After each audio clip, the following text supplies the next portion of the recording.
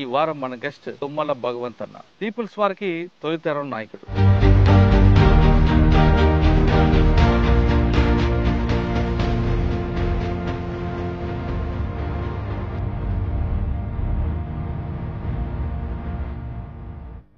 పెళ్లి చేసుకుని కాపురం నడుపుతున్న భగవంత్ అన్న తిరిగి ఎందుకు మళ్ళీ దళం వైపు వెళ్ళారు? ఇప్పుడున్న చైతన్యంతో చెప్తున్న మాట ఇది. అయితే సంస్కృతిగా భావాజాలంతో నన్ను బాగా గవర్నమెంట్ ఆఫీసుల వైపు నాది ఏదైనా చిన్న చిన్న పనులు ఉంటాయి కదా, నేను పోతుంటే ఒత్తిడిలు ఎక్కువైనాయి. ఆ ఒత్తిడి అనేటువంటిది ఎట్లుందంటే నాకు జస్ట్ అంతే కారణం. మీరు రెండో దఫ వచ్చినప్పుడు సరెండర్ అయిపోయిన వ్యక్తి లోపలికి వచ్చాడు అని పోలీసులు మరి మీ ఇంటి మీద దాడులు చేయడం, వాళ్ళకి ఇబ్బంది పడడం చేయలేదు? మా అన్నని, మా తమ్ముడిని, మా అమ్మని, సరే ఏదో మీరు చెప్పేది తింటాం కానీ మమ్మల్ని బాధ పెట్టకండి, వాడు వస్తే మేము చెప్తాం అంత కాదంటే వాళ్ళు కాంప్రమైజ్ అయ్యారు. మీరు అప్పటికే పెళ్లి కోసం బయటకు వచ్చారు, పెళ్లి చేసుకున్నారు. అవును సార్. అక్క ఎన్కౌంటర్ చనిపోయిందా? అవును సార్. అవును. ఎలా జరిగిందన్నారు? ఈ సాంబశివుడు వాళ్ళ ధరం ఒక దాదాపు 20 మంది వరకు ఉన్నారు వాళ్ళు. ఇంకా ఒక రోజు ముందు వాళ్ళకు పోలీసులకు బాగా ఫుల్ ఫైట్ జరిగింది. 40 మంది టీం తోటి వీరోచితంగా పోరాడి డిఫెన్స్ టీమ్ గా ఉండి మెయిన్ దళాన్ని మొత్తం కూడా తప్పించడానికి ఉపయోగపడి ఒక రోజు మొత్తం కూడా పోరాడింది. ఆ నీళ్ల కోసం అని పొయ్యి వస్తున్న క్రమంలో కూడా అయితే పెంజర పాము మీద కాలు పెట్టేశారు. వాళ్ళందరూ కూడా స్నానం చేపిద్దామని పక్కకు తీసుకుపోయి ఇట్లా దించారు. ఇప్పుడు వచ్చి బ్యాచ్ చెట్ల కింద కూర్చున్నారు, చాలా మంది రౌండ్ అప్ చేశారు. లేవనికి రాదు, ఊరకనికి రాదు, ఇంకా అట్లా చనిపోయింది సార్.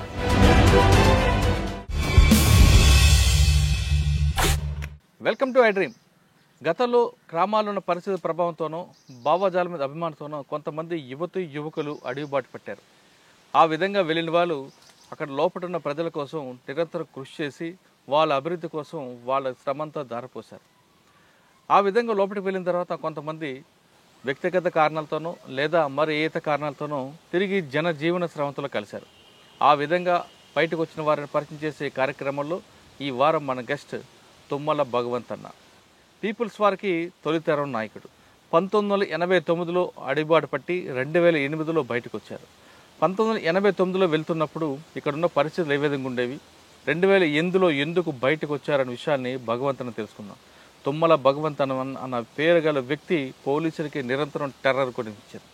ఇప్పుడు మనం ఉన్నాం గుండూరు అనే గ్రామంలో. ఆయన కలవకుర్తి దళంలో పనిచేస్తూ కేవలం ఈ దళానికి పరిమితం అయ్యారంటే ఆయనకున్న పట్టు ఏ విధంగా అన్న విషయం చాలా స్పష్టంగా తెలుస్తుంది.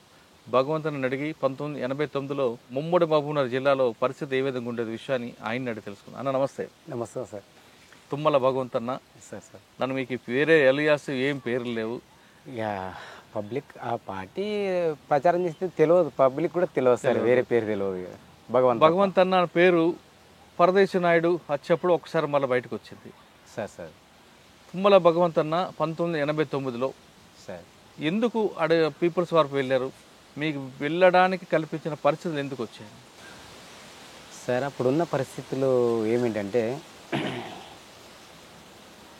చిన్నారెడ్డి ప్రభుత్వం సార్, అప్పుడు కాంగ్రెస్ ప్రభుత్వం, ఆ పార్టీ నిషేధ ప్రభుత్వం పార్టీ కూడా కాదు అప్పుడు. అంటే దానికి ఒక రకమైనటువంటి లీగల్ అవకాశాలను కల్పించింది. ఆ లీగల్ అవకాశాలు మేము ఎటువైపు కొట్టుకుపోయినామో మాకే తెలియకుండా కొట్టుకుపోయినాం సార్, ప్రామిస్ ఇది. ఆ రకంగా ఆ గాలిలో వాళ్ళ ప్రచారము, వాళ్ళ వేవ్ అంతా కూడా మాకు తెలియదు. అప్పటికి 16-17 ఇయర్స్ లోపే నేను ఆ రకంగా ఆలోచించింది. అయితే అంతకంటే ముందు సిపిఐ భావజాలం, మీకా సార్ సిపిఎం భావజాలం, రెండు హాస్టల్ విద్యార్థిగా నేను వాళ్ళు వచ్చి అదే ఫుడ్ కోసం, హాస్టల్ ఫుడ్ కోసం అని అదని ఇదని చెప్పేటోళ్ళు. ఏ ఊరన్నా మీది? ఇదే ఊరు సార్, ఇదే గుండూరు. Yes sir. అమ్మా నాన్న ఏం చేసేవారు అప్పట్లో? వ్యవసాయం సార్, సన్నకారు రైతులు సార్ వాళ్ళు, వ్యవసాయం. ఇక ఆ ప్రభావంలో ఉండి ఇది ఎర్రజెండా పార్టీ అని మోసపోయినాం. అయితే లీగల్ అవకాశాలు మాత్రం ఆ పార్టీకి ఇచ్చినటువంటి ప్రభుత్వం చేసిన పొరపాటు ద్వారా మేము రాంగ్ రూట్ వెళ్ళిపోవడానికి తోడైంది సార్. కరెక్ట్ ఇది, అది నా ఉద్దేశంలో. అయితే ఇప్పుడు వచ్చిన ఆలోచనది. అప్పుడు ఆ ప్రభుత్వం ఇట్లా చేసింది, వీళ్ళు ఇట్లా దాన్ని ఇట్లా ఓన్ చేసుకుంటారని మాత్రం నాకు తెలియదు. కానీ ఆ అపరిపక్వత ఏజ్, ఆ ఏజ్లో నేను ఆ రకంగా వాళ్ళ సంస్కృతికో లేకపోతే వాళ్ళ కార్యాచరణకు లోబడో ఆ పాటలకు కొట్టుకోపోయినట్టు. 1989లో 89 కరెక్ట్. సార్ మీరు కరెక్ట్, నా మెమొరీ కరెక్ట్ చెప్తారు మీరు. ఓకే ఓకే 89 వెళ్ళారన్న. Yes sir. ఫస్ట్ మీకు ఎవరు బాధ్యులు? లోపలికి వెళ్ళాక మీకు పార్టీ ఏ బాధ్యత ఇచ్చింది? సార్ ఫస్ట్ బాధ్యత గోపాల్ రెడ్డి అలియాస్ శ్రీనన్న ఇక్కడ, ఆయనది బాల్నగర్ విలేజ్, లోకల్ విలేజ్. ఇక ఆయన ఇక్కడ లోకల్ ఆర్గనైజర్. ఆయన వచ్చి ఆ 90 పీరియడ్లో 89, 90 పీరియడ్లో వచ్చి ఇక్కడంతా లీగల్గా వాళ్ళు బహిరంగ మీటింగులు పెట్టేటోళ్ళు. అదే ప్రపంచం అనుకున్నాం మేము. అయితే ఇది ఒక సీక్రెట్ పార్టీ, దీని వెనుక ఇంత పెద్ద ప్రభావం ఉంటుందని మాత్రం నాకు తెలియదు ఆ రోజు. ఓ ఊరంతా ఎగబడి మీటింగ్ చూసేవాళ్ళం మేమంతా. ఆ మీటింగులలో వాళ్ళ మాటలు ఎంతో గొప్పగా కనపడేది. అప్పటికి ఏంటంటే ఒక రివల్యూషన్ స్థాయిలో మాట్లాడినటువంటి గ్రామాలు కావు, పెత్తందారుల కిందనో అయితే వాళ్ళ వ్యక్తిగత పనుల రీత్యా కావచ్చు, ఓరియంటేషన్, అదే వ్యక్తిగత ఓరియంటేషన్లో భాగంగా వాళ్ళు ఊర్లో ఆధిపత్యం వల్ల ఉండేది కొంచెం అభ్యుదయ వాదులే అనుకో, ఒక రకంగా అభ్యుదయ వాదులే. అంటే వాళ్ళకు పనివ్వడంలో ఉన్నంత థ్రిల్ వాళ్ళకు ఒకటి ఉంది. ఇంట్లో పెద్దగా భూస్వాములు ఎవరు లేరు ఇక్కడ. పెద్ద ఈ ఊర్లో ఒక 50 ఎకరాలకు మించినటువంటి వాళ్ళు ఎవరు లేరు ఊళ్ళో. అంటే గవర్నమెంట్ చెప్పాక 60 ఎకరాలు దాటిన వాళ్ళకి మాత్రమే సీలింగ్ చేయాలని గవర్నమెంట్ తీసుకున్న నిర్ణయం. ఆ వినోబా భావే యొక్క విషయాలలో వచ్చినటువంటి వేవ్స్ అనుకో. అయితే ఆ విప్లవాలు కూడా మాకు తెలియవు అప్పుడు. ఆ సిపిఎం సిపిఐకి వెళ్ళా కొంచెం ఇట్లా తెలుసు. వీళ్ళు వచ్చి ఇక అనేక రకాలైనటువంటి విషయాలు చెప్పేసరికి మేము నిజంగా అది ఇది బ్యాలెన్స్ చేసుకోలేక కొట్టుకుపోయి ఇటువైపు. నిజం సార్ ఇది. గోపాల్ రెడ్డి గారితో వెళ్ళారు. ఎస్, గోపాల్ రెడ్డి శ్రీనన్న ఆయన పేరు ఇక్కడ. ఎక్కడికి వెళ్ళారు పార్టీలోకి? ఇదే సార్ లోకల్ నుండి ఆర్గనైజ్ చేయడమా? అంతే సార్. అప్పుడు సారా వ్యతిరేక పోరాటం అని ఊర్లలో క్యాంపెయిన్కు మమ్మల్ని, అయితే ఈ స్టూడెంట్ అదే 10th 5th నుంచి 10th వరకు ఇట్లా సగం చదివి వచ్చినటువంటి వాళ్ళు తొందరగా అట్రాక్ట్ అయ్యారు అనుకో యూత్. అందులో భాగంగా నేను ఒక 10th క్లాస్ చదివినటువంటి ఫెయిల్యూర్ 10th సార్. ఆ టైంలో ఆ వైపుకు డైవర్షన్ అయ్యి కొట్టుకుపోవడం జరిగింది. అయితే హాస్టల్లో వీళ్ళ యొక్క ప్రభావం ఉన్నది కొంచెం, సిపిఐది సిపిఎంది. ఆ సిపిఐ వాళ్ళు ఏం చేశారంటే హాస్టల్లో చదువుతుంటే ఊరి భూభాగవతాన్ని ఒకటి నాటకం వేసేస్తారు వాళ్ళు. ఆ నాటకంలో నేను ఒక భాగస్వామిని. ఆ తెలియకుండా వాళ్ళు ఎంట పోయి వాళ్ళు నాటకాలు వేస్తారు. భూస్వామి నాటకం అని ఒకటి నాటకం వేయించేది. ఆ నాటకంలో ఏదో పెద్దందారుల యొక్క ఆధిపత్యాన్ని చెప్పేటోళ్ళు, పూర్ పబ్లిక్ యొక్క కార్యాచరణ చెప్పేటోళ్ళు. అట్టి విషయాలు నాకు అనుకోకుండానే నాటకపోయింది, నాకు తెలియకుండా. నేను ఏదో దాన్ని స్టడీ చేయాలనే లక్ష్యంతో పోయింది కూడా కాదు. వాస్తవంగా కలవకుర్తిలోనే చదువుకున్నా. అది జూనియర్ కాలేజీ, అంటే ఇంటర్మీడియట్ అందులోనే, 10th వరకు కూడా అందులోనే, 8th నుంచి 10th వరకు అందులోనే, 10th నుంచి ఇంటర్మీడియట్ అదే కాలేజీలో. రెండు ఒకటే పుట్టబడి టోటల్గా. ఆ ఎన్సీసీలో పోవాలనేది ఒక ఆప్షన్ ఉన్నది అప్పుడు. అయితే నేను సన్నగా బక్కగా ఉండి ఏటికి ఉపయోగం లేని విధంగా ఉండేటోని. అయితే ఆ చదువుకునేటప్పుడు కొంచెం మిలిటరీ యాక్టివిటీ పట్ల కొంచెం ఆకర్షితున్నైనా. అయితే ఆ కాలేజీ గ్రౌండ్లో రౌండ్ చేసేది రోజువారీగా. హై జంప్ లాంగ్ జంప్ చేసేది. అది ఎందుకోసం అంటే ఎన్సీసీ కోసం. అయితే అది ఫెయిల్ అయింది. అందులో నన్ను అది చేసుకోలేదు. అంటే నేను అందులో ఏంటంటే ఇది అప్పుడు 10th క్లాస్ వాళ్ళు ఇంటర్మీడియట్ కూడా దాదాపు చెప్పాలంటే 20 years అబవ్ ఉన్న వాళ్ళు ఉండ్రి ఆ టైంలో. ఇప్పుడు లేరు ఆ స్థాయిలో, కానీ అప్పుడు ఉన్నారు అట్లాంటి వాళ్ళు. అక్కడ నేను పోలేకపోయినా, దాన్ని క్యాచ్ చేయలేకపోయినా. ఇక గ్రామీణ ప్రాంతానికి వచ్చేసరికి ఇది ఒక అట్రాక్షన్తో కూడుకున్నటువంటి ఆప్షన్ నాకు దొరికింది. అటువైపుకు ఇంకా అది మైండ్లో పనిచేసిందో తెలియదు. ఈ సిపిఐ సిపిఎం భావజాలం పనిచేసిందో తెలియదు. సిపిఎం భావజాలంలో ఈ ఊరు లీడర్లే కొంతమంది. అలాంటి కార్యకలాపాలకు కొంచెం రైతు కూలి సంఘంలో పెట్టారు నన్ను ఈ ఊర్లోనే. ఫస్ట్ రైతు కూలి సంఘం అని అందరూ 50 years అబవ్ ఏజ్ ఉన్నటువంటి వాళ్ళ మధ్యలో 16 years అబ్బాయిని రైతు కూలి సంఘంలో సిపిఎం వాళ్ళు పెట్టారు. అది మీరే? అయితే అది ప్రభావం కూడా ఉంది. ఆ రైతు కూలి సంఘం వాళ్ళందరినీ కూడా ఇక్కడ అచ్చంపేట దగ్గర బొమ్మరిపల్లి అని ఉంటుంది, అక్కడ మధు అని అందులో రాష్ట్ర మెంబరు, వాళ్ళ రాష్ట్ర కమిటీ మెంబరు ఆయన సపరేట్గా రైతు కూలి సంఘాలకు అందరికీ మీటింగ్ పెట్టి ఒక 2-3 రోజులు ఒక సబ్జెక్టు విధంగా చెప్పారు. దాంట్లో నేను మినిట్స్ రాసిన. ఏది ఆ యొక్క ఆయన చెప్పినటువంటివన్నీ కూడా ఆ మీట్స్ చూసిండు ఈ ఊరి లీడరు నేను రాసింది నువ్వు ఇంత క్యాచ్ చేయగలిగినావు అంటే నువ్వు మంచి లీడర్ అవుతావు అని కొంచెం ఎంకరేజ్ చేసింది ఎర్ర జెండా పార్టీ వైపు. అది కూడా ప్రభావం పడ్డది. ఇన్ని ప్రభావాల మధ్యలో పార్టీలోకి వెళ్ళారు. Yes sir. అయితే ఆ రకంగా ఈ ఇల్లీగల్ అవకాశాలు రావడం కూడా చాలా ప్రభావం వేసింది. ఆ సంబంధం ఇప్పుడు నేను సిపిఐ పార్టీలో ఎట్లా పాల్గొన్నాను, సిపిఎం పార్టీలో ఎట్లా పాల్గొన్నాను, ఇప్పుడు నక్సల్స్ మీటింగ్లలో కూడా అట్లే పాల్గొనడం జరిగింది. ఈ ఊర్లోకి వచ్చి మీటింగ్ పెట్టేప్పుడల్లా ఉరికేది వాళ్ళ మీటింగ్లకు. దీని వెనుక ఒక రకమైనటువంటి ఒత్తిడి ఉంటుంది అనేటువంటిది మాత్రం ఊహించినటువంటి సందర్భంలో కొట్టుకుపోయేది. అయితే ఆ ప్రభుత్వం తీసుకున్నటువంటి చర్య. ఓకే అన్న, ఆ టైంలో ఊర్లోకి ఎవరు వచ్చారు మా నక్సల్స్? పెద్ద పెద్ద వాళ్ళు, కొండపల్లి సీతారామ ఇలాంటి వాళ్ళు ఎవరో కూడా వాళ్ళు ఇంతవరకు నేను కల్లారా చూడలే. ఎవరు వచ్చేవారు అప్పుడు పాటలు పాడడానికి? దానికి ఈయననే గోపాల్ రెడ్డి, అదే సీనన్న. ఇంకా శ్రీనన్న అశోక్ అని ఒక ఆయన, ఈ లోకల్ ఆయన ఈశ్వరయ్య అని ఒక ఆయన. వీళ్ళు ముగ్గురు ఫస్ట్. మీరు కూడా పాటలు పాడతారట కదా? పాటలు ఇప్పుడు 100 పెగలదు సార్, ఇప్పుడు అయిపోయింది అని ఒక యావరేజ్ అయిపోయింది. యావరేజ్. సరే, పార్టీలోకి వచ్చారు 1989, 90లో వచ్చారు. 91లో సార్, వాస్తవంగా 91లో వచ్చారు. అయితే వాళ్ళు అనుకున్న సంఘాలలో పని చేపించేటోళ్ళు. అన్న, అప్పటి నుండి మీరు భూ పోరాటాలు, రైతు కూలి సంఘాలను చేశారా? ఇంకేమైనా ప్రజల కోసం మంచి పనులు చేశారా? లేదు సార్, మొట్టమొదట వాస్తవికంగా అప్పుడు మద్య నిషేధ పోరాటానికి వ్యతిరేకంగా గ్రామీణ క్యాంపెయిన్ చేయించారు విద్యార్థులతోటి. నేను ఒక విద్యార్థిగా, వాళ్ళు కూడా కొంతమంది విద్యార్థుల ఆర్గనైజేషన్లో భాగంగా అందులో క్యాంపెయిన్ బ్యాచ్లో నన్ను ఇన్వాల్వ్ చేశారు ఫస్ట్. ఆ క్యాంపెయిన్ బ్యాచ్లో భాగంగా నేను ఈ కలకుర్తి ఏరియాలోనే విలేజ్ టు విలేజ్ పూర్తిగా మీరు 10 సంవత్సరాలు కల్లవకుర్తికే ఎందుకు పరిమితం అయ్యారు, ముందుకు వెళ్లకుండా? నేను మధ్యలో సరెండర్ అయ్యాను సార్ ఒకసారి. ఎప్పుడు? 97లో సరెండర్ అయినా. ఎలా, ఎక్కడ? ఈ మహబూబ్నగర్ ఎస్పీ సార్. ఎవరు అప్పుడు సాంబశివరావు సార్ అని ఎస్పీ సార్, నండూరి సాంబశివరావు అని ఆయన సార్. ఎందుకు సరెండర్ అయ్యారు సార్? నేను 16-17 ఇయర్స్లో వెళ్ళిపోయాను కదా. 97 వరకల్లా 23 ఇయర్స్ వచ్చినాయి సార్ నాకు. అయితే పెళ్లి చేసుకోవాలనేటువంటి ఒకే ఒక చిన్న కోరిక సార్. కేవలం ఆ కోరిక వాళ్ళకి డైరెక్ట్ చెప్పేసిన. అయితే నాకంటే సీనియర్స్ అబౌవ్ 10 ఇయర్స్ సీనియర్స్ వాళ్ళకు పెళ్ళిళ్ళు కాలేదు. వాళ్ళని కాదని నేను చెప్పడానికి, అభిప్రాయం చెప్పడానికి కూడా మనసు ఒప్పలేదు. అయితే కర్రెమున సప్పని, తొంటచేయి లింగాన్ అని ఉండేవారు, శేషానని, ఆయన వాళ్ళందరూ కూడా చాలా సీనియర్స్. ఆ తర్వాత వాళ్ళు ఏజ్డ్ చాలా. అలాంటి వాళ్ళకే పెళ్ళిళ్ళు లేవు. నేనేమైనా అభిప్రాయం ముంగలు పెట్టాలి, అబ్బా వీళ్ళకి చెప్పకుండా ఇంటికి పోవడమే బెస్ట్ అని నిర్ణయం చేసుకున్నాను సార్. ఇది వాస్తవం. 97 నుండి 90 వరకు మీరు చేసిన దాడులు, ప్రతి దాడులు చెప్పండి. అప్పుడు దాడులు అంతా ఇక్కడ సారా క్యాంపెయిన్ ఒకటి, కూలి జీతగాళ్ళ పోరాటాలు 2, ఈ సాయుధ పోరాట చర్యలు అనేటువంటివి తక్కువ ఉన్నాయి సార్. అప్పుడు కాల్పులే లేవు అసలు, వాళ్ళకి కాల్పులు లేవు కరెక్ట్ చెప్పాలంటే 97 వరకు. కానీ మీరు ప్రజాకోట్లు పెట్టేవారు కదా అప్పుడు?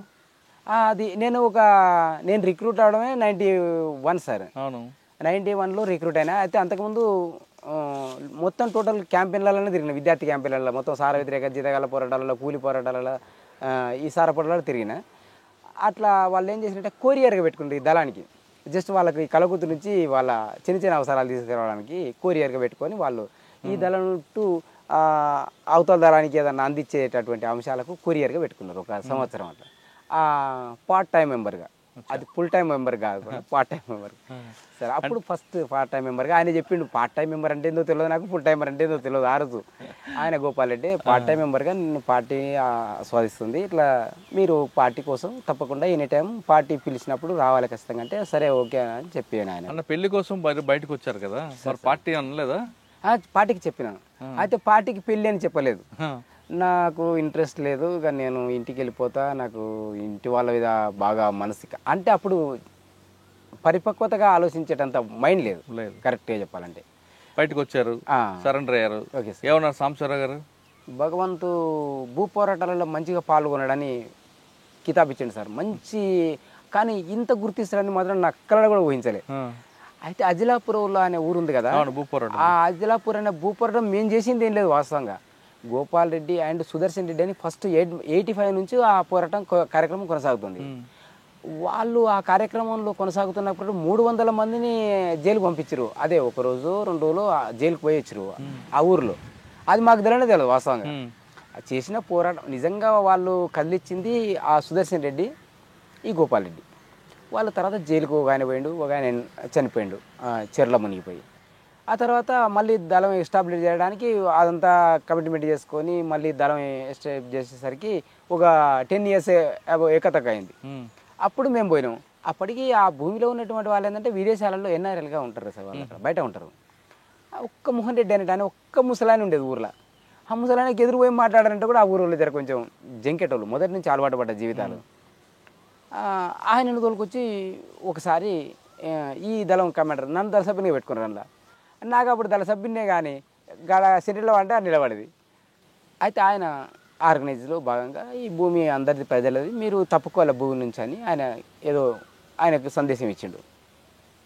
దాంట్లో భాగంగా మీరు చేసుకుంటే మేము వద్దంటలేము, మాకు పట్టాలు ఉన్నాయి, పట్టాలున్న భూములు మాకు వదిలేసే చాలనేది ఆయన ఒపీనియన్. పట్టాలు లేనిది ఏమన్నా ఏం చెప్పలేననేది ఆయన ఒపీనియన్. నేను మాటల్లో విన్నా, ఆ మోహన్ రెడ్డి మాటల్లో విన్నా. ఏది ఈయన ఈ దళానికి ఉన్న కమాండరు అదే సాంబశివుడు, ఎవరంటే కొల్లాపూర్ సాంబశివుడు, మీరు చుక్కాపల్లి ఆ సాంబశివుడే ఈ దళం కమాండర్ ఫస్ట్. అదే గోపాల్ రెడ్డి తర్వాత ఆయన చనిపోయిన తర్వాత రామన్ వచ్చిండు వీడికి. కలగుర్తి 4 సంవత్సరాలు 5 సంవత్సరాలు వేసింది కలగుర్తి కమాండర్గా.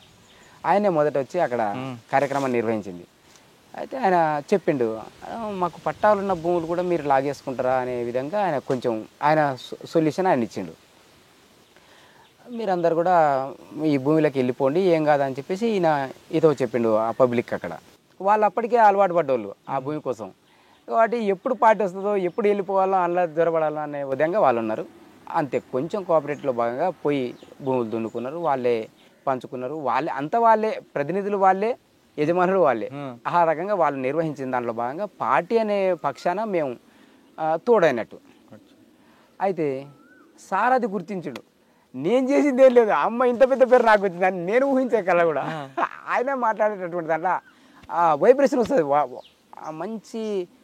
ఒక సార్ యొక్క మీరు ఇంటర్వ్యూ కూడా విన్నా, నేను సార్ ఇంటర్వ్యూ కూడా విన్నా, మీరు సార్తో మాట్లాడగలిగినారు. అబ్బా మీరు వస్తుంటేనే నేను ఆ సార్ ద్వారా అబ్బా అంత సార్ తోటి మాట్లాడగలిగిందంటే, మమ్మల్ని పిలుస్తుంటే నేను ఊహించగలిగిన. అబ్బా అంత నాలెడ్జీ కలిగినటువంటి వాళ్ళు నన్ను ఆస్వాదిస్తారంటే నేను గౌరవించాలనేది నా ఉద్దేశం మొదటి నుంచి ఉంది. సాంబశివరావు గారు ఇంకేమన్నారు? అయితే అదొక్కటే సార్ అన్నది. కలెక్టర్ సరైనటువంటి నిర్ణయం తీసుకున్నాడు మరి ఏదో అన్నాడు ఆయన మాటలలో, అది కలెక్టర్ పేరు ఎలా పెట్టిండు. ఆ భూమిలోకి ఈ భగవంతు కూడా ఇన్వాల్వ్ అయ్యిండు, భగవంతు కూడా దాన్ని ప్రాపగండకు తీసుకొచ్చిండు అనే విధంగా ఏదో చెప్పిండు విలేకరులకు. ఇప్పుడు 10 మంది విలేకరులు కూర్చోబెట్టి బహిరంగ ఇంటర్వ్యూ ద్వారా లొంగుబాటును గుర్తించిండు ఆయన. అంటే ఏదో చెప్పిండు కానీ అది నాకు మైండ్లో నాటుకున్నది అట్లే, ఇప్పుడు కూడా మర్చిపోలేదు ఆ ఒక్క మాటని. ఆయన నాతోనే ఎక్కువ మాట్లాడింది లేదు, చూపింది లేదు, చూసింది లేదు, అంతే సరిగా. తర్వాత బయటకు వచ్చారు. ఆ భూ పోరాటం పేరు ఒకటి పడ్డది అట్లా ఆ రకంగా. అయితే నేను ప్రత్యక్షంగా సారా వ్యతిరేక పోరాటాలలో పాల్గొన్నా, కూలీ జీతగాళ్ళ పోరాటాలలో కూడా పాల్గొన్నా. అంటే ఇల్లీగల్ కాకముందే లీగల్గా. సరే, తర్వాత పెళ్లి చేసుకున్నారా? 97లో ఇంటికి వచ్చిన తర్వాత పెళ్లి చేసుకున్నాను. పెళ్లి చేసుకొని ఒక కాపురం నడుపుతున్న భగవంత్ అన్న సార్ తిరిగి ఎందుకు మళ్ళీ దళం వైపు వెళ్ళారు సార్? దానికి ఒక కారణం ఏంటిదంటే వాస్తవికంగా పెద్ద కారణం ఏం లేదు. అయితే ఇప్పుడున్న చైతన్యంతో చెప్తున్న మాట ఇది. అప్పుడు చైతన్యం లేదు సార్, ఇప్పుడు చైతన్యం లేదు. అయితే సాంస్కృతిక భావాజాలంతో నన్ను బాగా గవర్నమెంటు ఆఫీసుల వైపు నాది ఏదైనా చిన్న చిన్న పనులు ఉంటాయి కదా, నేను పోతుంటే ఒత్తిడి ఎక్కువైనాయి. అయితే సాంస్కృతిక భావాజాలాన్ని వాళ్ళు ఆకర్షించడం కోసం జస్ట్ అంతే కారణం. ఆ సాంస్కృతిక భావజాలంలో భాగంగా వాళ్ళు ఆ ఒత్తిడి అనేటువంటిది ఎట్టుందంటే నాకు పని చేస్తలేరేమో, నన్ను అవాయిడ్ చేస్తారేమో అన్నట్టే నేను ఊహకి వెళ్ళిపోయినా. మీరు ఊహించుకున్నారు? నాకు నేనుగా ఊహించుకున్నా. వాస్తవికంగా వాళ్ళ పని చేయడానికి కావాల్సినటువంటి గ్రౌండ్ ప్రిపేర్ చేయడానికి కావాల్సినటువంటి సంస్కృతిని వాళ్ళు నా మీద ప్రయోగిస్తుండ్రు, చిన్న చిన్న ప్రయోగాలు. అది నాకు అర్థం చేసుకునేంత చైతన్యం లేదు ఆ రోజు. అదే సార్. అయితే ఆ రకంగా ఒత్తిడి ఎక్కువ గురయ్యి ప్రతిదీ నేను వాళ్ళు ఎంత ఆకర్షించినా కూడా నేను స్టేషన్కి పోవడానికి సిద్ధం కాకపోయేది ఫస్ట్. ఇక అరే మేము మీకోసం మేము లొంగిపోయినప్పుడు వాళ్ళే పర్యవి చేసి వాళ్ళే టాకర్ ఇచ్చారు. వాస్తవికంగా పర్యవ అంటే అదే చిన్న చిన్న క్యాస్ట్ సర్టిఫికేట్ అంటే ఊరి క్యాండిడేట్ అని, ఇలా సరెండర్ అని, ఇవన్నీటికి సంబంధించినటువంటి ఫైల్స్ అన్నీ కూడా రెడీ చేసి ఎండి ఆఫీస్కి ఈ లోకల్ కానిస్టేబుల్ దగ్గరుండి లైసెన్స్ కావాలంటే ఇట్లాంటి వాళ్ళు దగ్గరుండి చేపించి పంపించారు. ట్రాక్టర్ ఇప్పించారు. ట్రాక్టర్ ఇప్పించారు సార్. అయితే ఆ రోజు 3.5 లక్షలు దానికి. ఆ రోజు 3 రూపాయలకు అంత విలువ ఉంది. నిజంగా చెప్పాలంటే నా చేతిలో 3 రూపాయలు లేకున్న టైంలో ఆ 3 లక్షలు నరబెట్టి ట్రాక్టర్ ఇచ్చింది గవర్నమెంట్. దాన్ని కరెక్ట్గా యూజ్ చేసుకోలేదు. తర్వాత ఒత్తిడికి తట్టుకోలేక ఆఫీసర్స్ యొక్క చైతన్యం ఎట్లుంటుందంటే, ఆఫీసర్ చైతన్యమే సార్. వాస్తవికంగా ఏంటంటే నేను దాన్ని అర్థం చేసుకునే స్థాయిలో లేని క్యాండిడేట్ను అక్కడ నేను డిఫరెంట్ కావాల్సి వచ్చింది అంతే. మళ్ళీ పోవడానికి కారణం కదా ఒక్కటే. ఓకే. రెండోసారి ఎవరిని కలిసి వెళ్ళారు? ఫస్ట్ అంటే Gopal Reddy alias. Yes sir. రెండోసారి అంటే నాకు ఒత్తిడి వస్తుంది అనేటువంటిది వీళ్ళు ఊకే వచ్చేటోళ్ళు ఇక్కడ లోకల్గా ఎవరంటే రామన్న అక్కడ ఇక్కడ నుంచి డివైడ్ వెళ్ళిపోయిన తర్వాత ఈ సాంబశివుడు ఐలే వచ్చిండి కలవకుర్తి ఏరియాకు కమాండర్గా. ఈ సాంబశివుడు ఇక్కడ నుంచి జిల్లా కమిటీలకు తీసిరు. తర్వాత లోకల్ అశోక్ అని కమాండర్, ఈ కొల్లాపూర్ ఏరియాని అశోక్ కమాండర్గా ఇక్కడ ఉన్నాడు. ఆ కమాండరు సరికొండ ఎన్కౌంటర్లో చనిపోయాడు. ఇక్కడ సరికొండ అమన్ కల్పక సరికొండ ఆయన చనిపోయినప్పుడు ఈ ఐలయ అదే ఈ సాంబశివుడు ఐలయ ఆయన ఒక 3 సంవత్సరాలు ఇక్కడ కమాండర్ చేసిండు. ఆయన కమాండర్ చేసినప్పుడు ఆయన ఒక్కటే నన్ను లాగడానికి ప్రయత్నం చేసాడు. నేను లొంగిపోయి 4 సంవత్సరాలు ఉన్నాయి ఇంటికాడ. ఆ 4 సంవత్సరాల టైంలో ఈయన వచ్చిండు ఇక్కడికి. వచ్చి నన్ను అబ్జర్వేషన్లో ఉంచుకున్నాడు ఆయన ఆ పార్టీ దృష్టితోటి.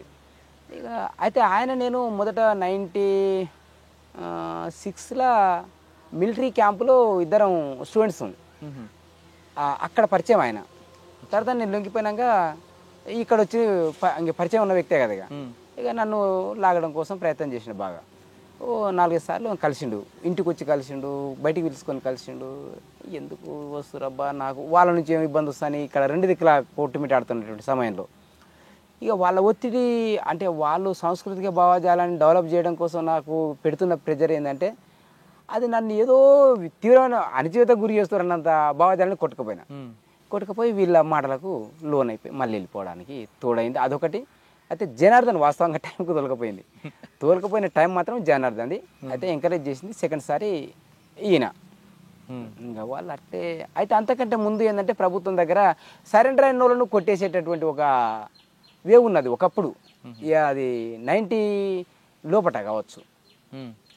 లొంగిపోతే కొత్త కాలానికి మళ్ళీ కొట్టేస్తారు అనేటువంటి భయంతో కూడా కొంతమంది అభద్రతా భావంతో జీవించేటోళ్ళు. కానీ వాస్తవికంగా అప్పుడు నన్ను చాలా ఆకర్షించడానికి ప్రయత్నం చేసిండ్రు.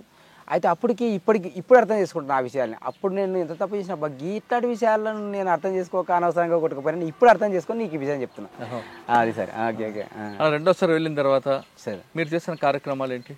రెండోసారి వెళ్ళిన తర్వాత బాగా మిలిటరీ యొక్క దళాల యొక్క ఇదే ఇక దాడులు ఇవి అవి వాటికి గురి చేశారు సార్ అందరినీ వాస్తవంగా. కానీ నేను ఆర్గనైజేషన్ ఫీల్డ్లో ఉన్నా, వాళ్ళు మిలిటరీ ఫీల్డ్ ఒకటి ఆర్గనైజేషన్ ఫీల్డ్ అని 2 చేశారు.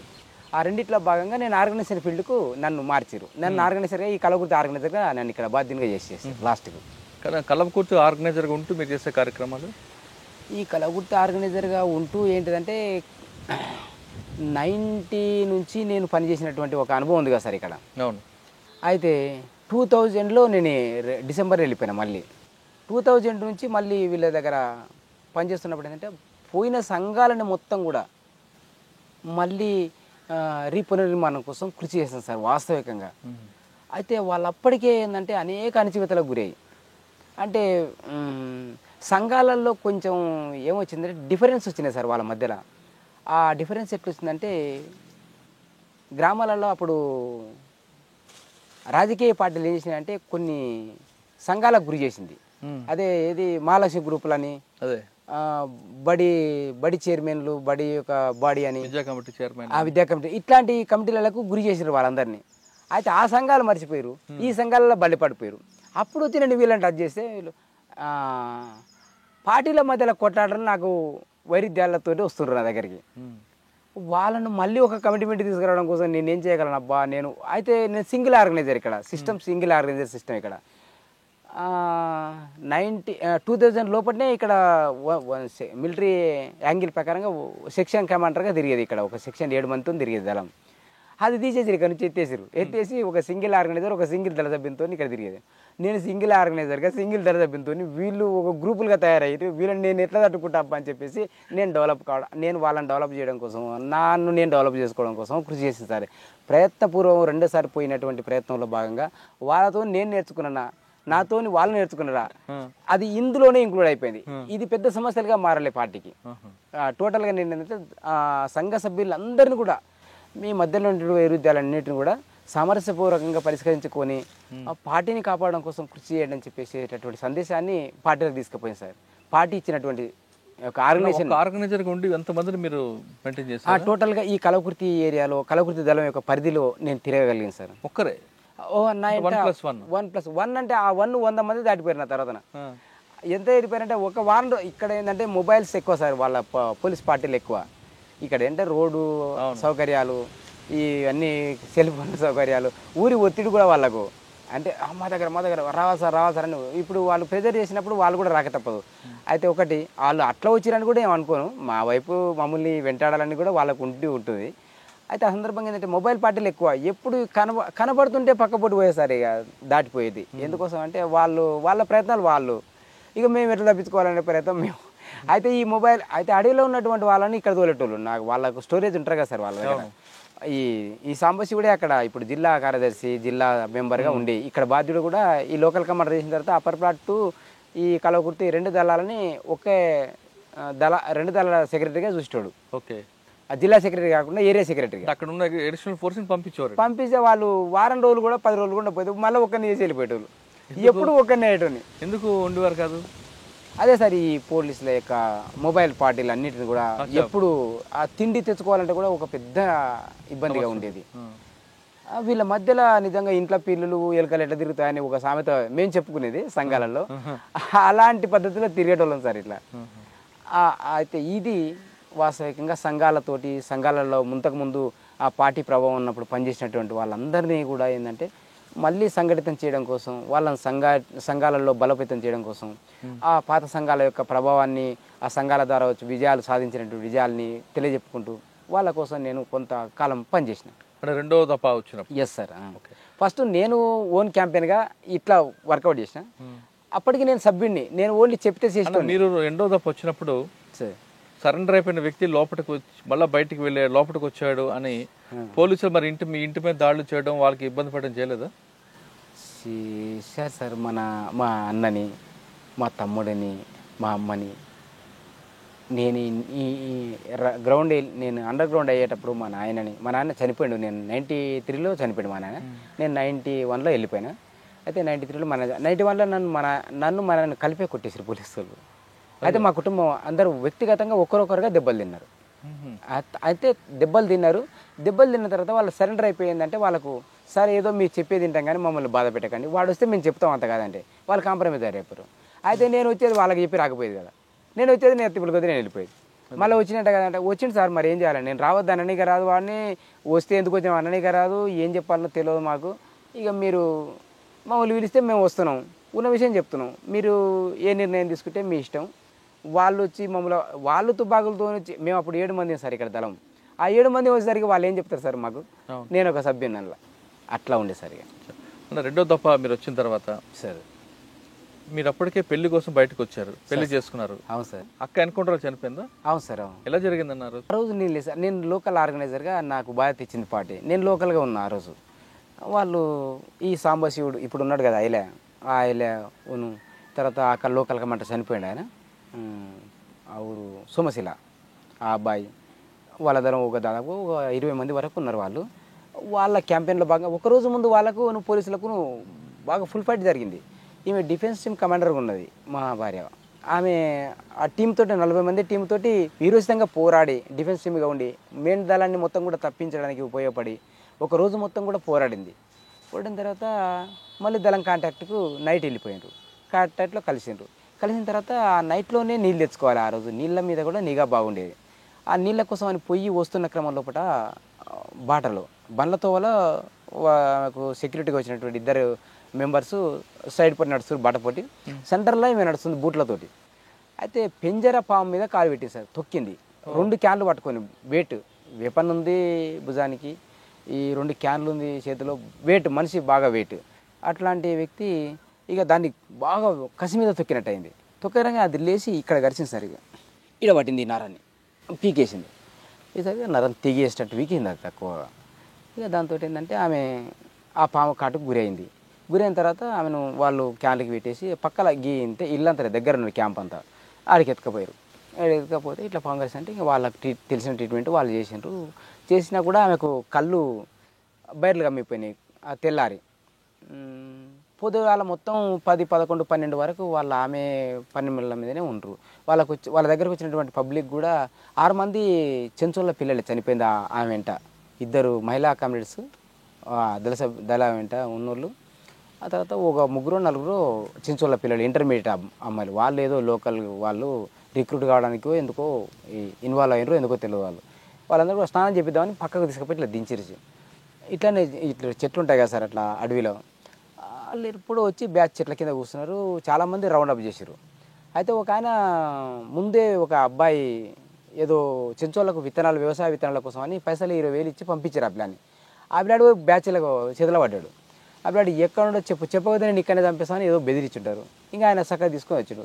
వాళ్ళు రౌండ్ ఆఫ్ చేసేసారు. రౌండ్ ఆఫ్ చేసి ఓ దగ్గర వచ్చి కూర్చున్నారు. ఇక అటాక్ చేయడం కోసం సిద్ధంగా ఉన్నారు. ఆ టైంలో వీళ్ళు ఎదురు తీసుకుపోయి ఆడ దించిరు. అయ్యో, ఆ చెంచోళ్ళ పిల్లలు స్నానం చేపియాలని. అప్పటికే ట్రీట్మెంట్ అవన్నీ అయిపోయినాయి. జర కొంచెం ఆ తిండి ఆ కార్యకలాపాలు అన్నీ అయిపోయినాయి. వాళ్ళు కొంచెం రెస్ట్ అయ్యే టైంలో నీళ్ళు కాగబెట్టిండ్రు ఆ పిల్లలు. స్నానానికి తీసుకుపోయి అట్లా దించగానే ఆమె వచ్చి ఇట్లా దించి వచ్చినటువంటి వాళ్ళు ఇట్లా లేచిరు. వాళ్ళందరికీ కాల్పులు జరిగినాయి. ఈమె కింద కూర్చోబెట్టారు కదా, లేవలేదు. ఈమె కాళ్ళు మొత్తం పని చేయకుండా అయిపోయినాయి. కళ్ళు మొత్తం పని చేయవు, కాళ్ళు మొత్తం పని చేయవు. ఆమె దగ్గర ఉన్నటువంటి నిరాయుధం చేసేసారు. ఆయుధంగా ఏం లేదు. ఇక ఆమె అడ్డం పడిపోయింది. అడ్డం పడగానే వాళ్ళ ఇక అందులో అదే ఇది కింద పడిపోయిన వాళ్ళందరూ కొట్టుకుంటూ బాగా ఈమెను కూడా కొట్టేశారు. అట్లే ఈమెను పడిపోయింది. ఈమె కూడా అడ్డం పడిపోయింది. ఈమె మాటలు కూడా చెప్పలేకపోతుంది. అందులో అట్లే పడిపోయింది. లేవనీకి రాదు, ఊరకనీకి రాదు. ఇంకా అట్లా చనిపోయింది సార్. అది రియల్గా తెలిసినటువంటి విషయం. అన్న అప్పటికి మీకు పాప ఉంది కదా? సార్ ఇంటికాడనే నా 5 నెలల 20 రోజుల పాప, అంటే 6 నెలలకు 10 రోజులు తక్కువ ఉన్న పాపని వదిలేసి వెళ్ళిపోయింది సార్ వాస్తవంగా. అయితే నేనేంటిదంటే కొంచెం జర ఎక్కువ ఊహించుకున్నా వాస్తవికంగా. గవర్నమెంట్ నన్ను ఒత్తిడి చేస్తుందని ఊహించుకున్నా కానీ నన్ను డెవలప్ చేస్తుందని ఊహించుకోలేదు. అయితే నేను ఇప్పుడు చైతన్యవంతమే మాట్లాడుతున్న మాట ఇది. ఆ రోజు మాత్రం నన్ను ఏదో ఒత్తిడి చేస్తున్నారనేటువంటి ఒత్తిడికి లోనైపోయినట్టుగా పాప అడిగింది అమ్మేదని. నేను 5 నెలల్లో ఇచ్చిపోయా మాటలే రావు సార్ అప్పుడు ఆమెకు. తర్వాత తెలిసిందా? తర్వాత తీసుకొచ్చిన మళ్ళీ లీగల్ అవకాశం, రాజశేఖర రెడ్డి లీగల్ అవకాశాలు వచ్చినప్పుడు ఆమె నల్లమల దళంలో ఉన్నది కదా సార్. ఎవరు? మా భార్య. ఆ నల్లమల దళంలో ఆమె ఉండేది. నేను లోకల్ కమాండర్గా నేను ఉండేది. ఆమె ఆ దళానికి డిప్యూటీ కమాండర్గా బాధ్యత వహించేది. నేను ఈ లోకల్ ఆర్గనైజర్గా నేను బాధ్యత వహించేది. అందులో భాగంగా ఆమె ఎక్కడ ఉండేది, నేను ఇక్కడ ఉండేది. ఎప్పుడో ఒకసారి ఇట్లా దళాలు కలిసే మూమెంట్లో మేము కలిసి ఉండేది, మళ్ళీ విడిపోయేది. ఇంతే సార్. ఎక్కువ పోయినా 1 సంవత్సరం మాత్రమే కలిసి ఉన్నాం పార్టీలో. తర్వాత మొత్తం డివైడ్ అయ్యే బతికినాం వాస్తవంగా. ఆమె ఎందుకు తీసుకెళ్లారు మీరు పార్టీలోకి?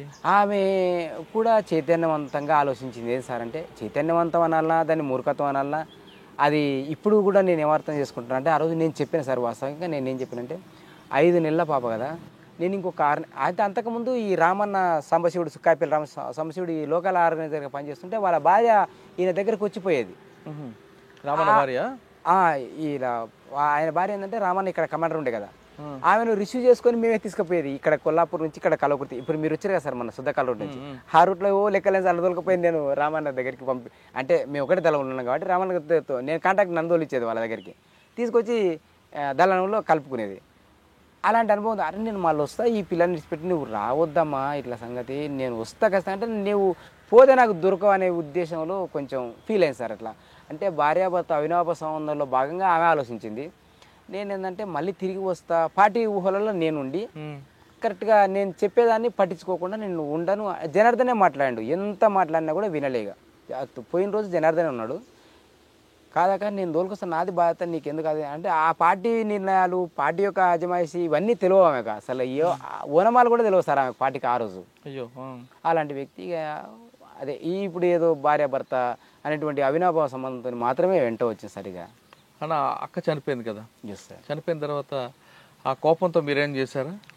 లేదు సార్, నేను ఇంతవరకు కూడా అలాంటి యాక్టివిటీస్లో లేను. అయితే నాకు ఆర్గనైజేషన్ ఫీల్డ్లో ఉన్నటువంటిది. అయితే ఆర్గనైజేషన్ ఫీల్డ్ ఉండ కాబట్టి నేను ఏదో ఉల్టా ఆలోచిస్తా అనేటువంటి ఆలోచన కాదు వాస్తవికంగా. పార్టీ డిసిజన్లో భాగంగా వాళ్ళు అనేక క్యాంపెయిన్లలో భాగంగా వాళ్ళు ఎన్కౌంటర్స్ ఒక నా భార్యనే చనిపోలే కదా సార్ అందులో టోటల్గా అందులో చనిపోయిన 9 మంది ఆ రోజు 9 మందిలో భాగంగా ఆమె చనిపోయింది. ఎక్కడ జరిగింది అప్పుడు? ఆ నల్లమల ఫారెస్ట్లో శ్రీశైలంకు నియర్ ఇద్దరు ఒడ్డున గుండాల తాటి గుండాల అని దగ్గర ఏటికి 1 కిలోమీటర్ అంతే, ఇట్లా ఎక్కి వస్తే కిలోమీటర్ కూడా ఉండదు, ఒక హాఫ్ అన్ అవర్తో కరెక్ట్గా అక్కడ వాళ్ళు చనిపోయింది. అన్న ఆ టైంలో మీ మీద ఒక ఆరోపణ ఉంది సార్ ఐపీఎస్ అధికారి కృష్ణ పరదేశ నాయుడు దీంట్లో మీరు ఉన్నారని. లేదు సార్, అయితే అప్పుడు ఎందుకు చంపిరో తెలియదు, వాస్తవికంగా ఎవరు చంపిరో కూడా తెలియదు. అయితే నేను లోకల్ 92, 93లో మీరు చెప్పేటటువంటి విషయం, అయితే నేను ఈ లోకల్ సభ్యుని ఇంట్లో వీళ్ళు ఎప్పుడేం చెప్తారో ఎక్కడ పోవాలో నాకే తెలియదు ఆ రోజు. అలాంటిది అంత పెద్ద ఊహలోకి వెళ్ళిపోయి దాంట్లో నేను ఈ దళానికి సంబంధమే లేదు ఆ క్యాంపెయిన్. సోమశిల దగ్గర జరిగింది పరదేశ నాయుడు దీంట్లో మీరు లేరా? లేదు, అయితే పార్టీలో ఉండగానే ఆ సంఘటనలో లేదు. ఆ సంఘటన అక్కడ ఏరియానే తెలియదు నాకు ఇంతవరకు. జనార్దన్ ఇళ్ళకెళ్ళ తిరిగి కలగుర్తిలో ఒక 2-3 సంవత్సరాలు తిరిగి ఇక్కడ ఏరియా తెలుసు, ఆయన లోకల్ కొల్లాపూర్ ఏరియా, విపినగల్ ఏరియా. మీరు అటు వెళ్ళలేదు అసలు ఇంతవరకు అక్కడ వెళ్ళనే లేదు. మరి ఎందుకు వచ్చి మీ పేరు? ఇక ప్రచారంలో భాగంగా నన్ను ప్రాపగండ చేసిరాము సార్. అయితే నేను వాస్తవికంగా నేను ఊహించనిది ఏంటంటే జిల్లా వ్యాప్తంగా నా పోస్టర్ వేసేది సార్.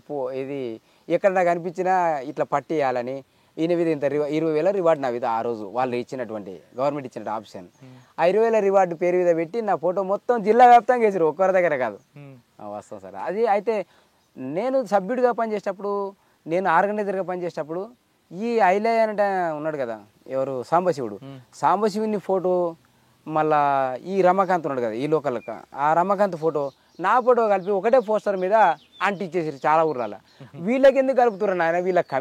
ఆయన జిల్లా కమిటీ మెంబరు ఎవరు రమాకాంత్, ఈయన జిల్లా రాష్ట్ర కమిటీ మెంబరు. తర్వాత వాళ్ళ మధ్యలో నన్ను ఎందుకు పెడుతురబ్బా, నాకే ఊహించినటువంటి సంఘటన అది సార్. కానీ సార్ మీరు పరదేశ నాయుడు దీంట్లో లేను సార్. లేదు. అప్పుడు ఎమ్మెల్యే సార్ రాములు ఆయన కిడ్నాప్ చేద్దామని చూసారట కదా?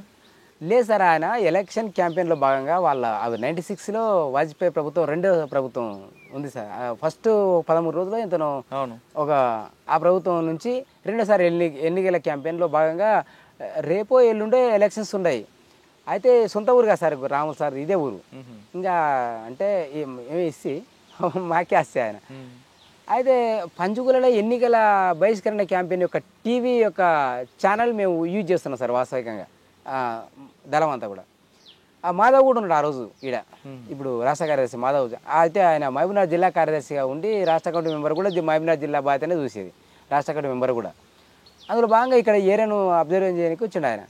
వస్తే ఆయన కూడా ఉన్నాడు మా ఇంట, మేము ఉన్నాం దళం. అయితే ఎలక్షన్ క్యాంపెయిన్లో భాగంగా వాళ్ళు టీవీ అరేంజ్ చేసి పబ్లిక్ని మొబిలైజ్ చేస్తుంటూ వాళ్ళంతా మేము ఊర్లో క్యాంపెయిన్ లాగా తిరుగుకుంటూ వాళ్ళని పబ్లిక్ని తోలుకుతామని మేము తిరుగుతున్నాం.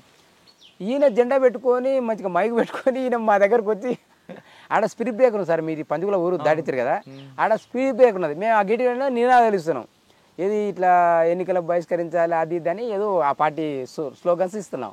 ఇస్తున్న క్రమంలో ఇప్పుడు సడన్గా వచ్చి మా దగ్గర ఆ స్పీడ్ బ్రేక్ చిన్నగా అయింది. ఆ మీదికి దిగిపోయేసరికి మేము ఆ రోడ్ మీద పోతున్నా, లైట్లు వేసుకొని వస్తారు సార్ వాళ్ళు 7 గంటలకు 8 గంటలకు. అది అయితే ఎన్నికల యొక్క మైక్ కూడా ఏంటంటే ఈ అనుమాన సమయాన్ని మీరు విన్నారు కదా, అక్కడి వరకే బంద్ చేసుకున్నారు వాళ్ళు, పాడుకుంటూ వచ్చింది అక్కడి వరకు. ఆ ఊరికి వచ్చేసరికి అది కూడా సౌండ్ లేదు. దానిలో భాగంగా ఆడుకొచ్చారు, అది బ్రేక్ కట్ట దాడి దగ్గర సడన్ చూసరికి జెండా వాతుకొని పోతుంది. ఈ డ్రైవర్కు ఇక్కడ మళ్ళీ తుపాకీ పెట్టా అంతే, పెట్టగానే ఆపేసిండు. అవతల పక్క చూస్తే ఈయన రావాలని అన్నాడు. ఆ సడన్ గంటే అతనికి తిరిగి ఏం కాదు నీకేం కాదు కానీ నేను ఒక మాట చెప్పి నా సంఖకి తీసుకున్నాను. ఇక గార్డు కూడా ఉన్నాడు, వెనక ఉంటున్నాడు ఆయన. ఆ గార్డు ఉండ అంటే ఉన్నాడు ఆయన, దిగిండు ఆయన. ఇక ఆయనకు వెనక మా ఇద్దరు ఉన్నారు నాయట, నేనే అప్పుడు వాస్తవిక బాధ్యని. అయితే ఆ ఇద్దరు కూడా వచ్చి తుపాకీ కిందే అని వాళ్ళు స్లోగన్ ఇస్తారకే ఆయన వెపన్ కిందేసి సరెండర్ ఇచ్చాడు. ఇమ్మీడియట్లీ అది అనుకోకుండా జరిగినటువంటి సంఘటన సార్. కాకపోతే తీసుకుపోయినాం, ఆయనకు కావాల్సినటువంటి మర్యాదగా మాధవ్ మంచి పొల్యూషన్ కలిగినటువంటి లీడర్, ఆయన చెప్పగలిగిండు టోటల్గా. అచ్చంపేట ఏరియా గురించి, కొల్లాపూర్ అంటే సంబంధం లేదు, కలకుర్తికి కూడా అప్పుడు అచ్చంపేట నియోజకవర్గం ఉండేవి ఊరు కూడా. ఈ ఏరియాకును ఆ ఏరియా గురించి, అరెస్టుల గురించి, నిర్బంధాల గురించి మీరు కొంచెం మొదట్లో మీరు రాజకీయాల్లోకి వచ్చారు కాబట్టి మీరు ఇట్లాంటి విషయాలలో కొంచెం చర్య తీసుకోవాలని చెప్పేసి ఆయనకేదో ఉపశమనం చెప్పిండు. చెప్పి ఆయనను పంపించే ప్రయత్నం చేసి పంపించారు. పంపించారా లేదంటే ఉంచారట కదా? లేదు, కూర్చోబెట్టి మాట్లాడి ఇప్పుడు ఆ టీవీ ప్రోగ్రామ్ పోయింది, మొత్తం ఈయనని పెట్టుకొని కూర్చోబెడితే ఊరు మొత్తం వచ్చారు ఆయన పార్టీ తరపున. అప్పుడు తెలుగుదేశం ప్రభుత్వం యొక్క ప్రభావం ఉన్నది. ఆ ప్రభుత్వం ప్రభావంలో భాగంగా చాలామంది ఆయనకు ఆ ఊరు ఏం చేస్తారు అనే బుగులతోటి వాళ్ళు ఆయన కోసం వచ్చారు వాస్తవంగా. అయితే వాళ్ళందరికీ ఎన్నికల బహిష్కరణ ఎందుకు చేస్తున్నాం అనే క్యాంపెయిన్ గురించి ఒక మాట, తర్వాత ఈయన చేయాల్సినటువంటి బాధ్యత ఏముంది, మీ అందరి మీద ఏం జరుగుతుంది అనే అణచివేత గురించి ఆయన చేసినటువంటి ఆరోపణలు చేసి పంపించారు. పంపించేస్తారు. ఏమన్నారు రాములన్న? సరే సార్, మీరు చెప్పిన దాన్ని మేము తప్పకుండా పాటిస్తాం అనే విధంగా ఆయన చెప్పిండు. ఆ సందర్భంగా మాట్లాడి వెళ్ళిపోయింది.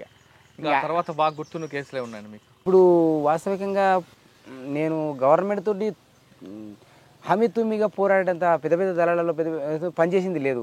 సింగిల్ షాట్ పెట్టుకుని ఇళ్ళకెళ్ళి తిరిగేది ఎటువంటి కార్యక్రమాలు. నేను సంఘ సభ్యుల దగ్గర అయితే వచ్చే పోలీసు వాళ్ళసరికి పాదాలు ఎవరు ఉరికెట్టాను ఊర్లో. ఇప్పుడు నీతో మాట్లాడుతున్నా సార్, ఎవరు అక్కడ నుంచి అకస్మాత్ ఉరికొస్తాడు, వచ్చి బ్యాచ్లు అప్పుడు చాలా తిరిగేది. వాస్తవికంగా వచ్చేసరికి నేను వెళ్ళిపోయేటోని. ఇలాంటి సంఘటనలు ఆ సంఘ సభ్యులు ఏం చేసేటోళ్ళు అంటే కొంచెం నన్ను అవాయిడ్ చేసినట్టుగా ఇలాంటి తప్పుడు సమాచారాలు అప్పచెప్పి కొన్ని సందర్భాలు. నేను ఒకసారి ఏం చేసినంటే వేరే ఆదిలాపూర్ ఊర్లోనే ఒక అబ్బాయి, ఆ పాత సంఘ నాయకుడు, నాతో స్థాయిలో నా ఏజ్ స్థాయి ఉన్నటువంటి మనిషి, అంత క్లోజ్గా ఇద్దరం దళ సభ్యుని, నేను అందరితో సంఘ సభ్యులతోనే అంత దోస్తాను లేకుంటుంది. అది ఉన్నది, ఆ క్లోజ్నెస్ ఉన్నది. అక్కడి నుంచి ఉరికొచ్చిన వాళ్ళ ఇంటికి పోయినా నేను అమ్మ అన్నిటికోండి అని వాళ్ళ తల్లిని అడిగిన. అడిగితే ఏమో నాన్న ఇప్పుడే ఇక్కడ బాయ్ అని అన్నది. అంటే ఇంకా సరే ఇట్లా కూర్చుంటామా వచ్చే దగ్గర అని చెప్పి ఇట్లా కూర్చుంటే అక్కడి నుంచి రావడమే వచ్చిరు. నేను వచ్చింది ఆయనకి తెలియదు వాస్తవికంగా.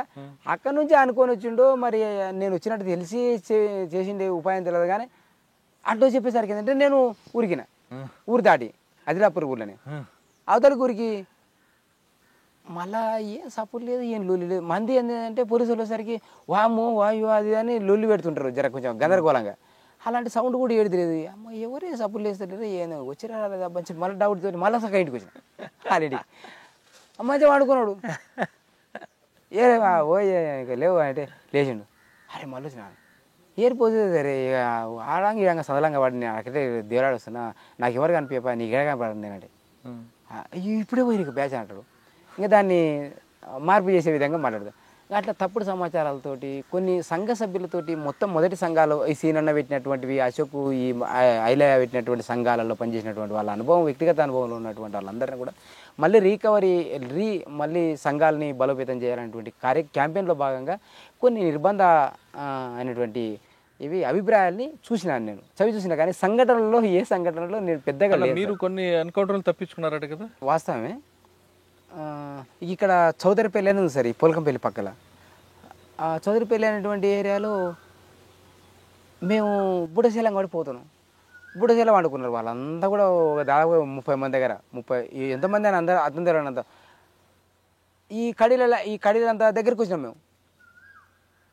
సడన్గా లేచి పల కాలుస్తారు. ఇక సస్యమాన ఒకటే మళ్ళీ ఇంకా గంతే. ఇంకా ఇట్లాంటి సంఘటనలు ఈ 3-4 సంఘటనలు 4 సంఘటనలు ఉండదు సార్ వాస్తవంగా. మరి రెండోసారి ఎందుకన్నా మీరు బయటకు వచ్చారు?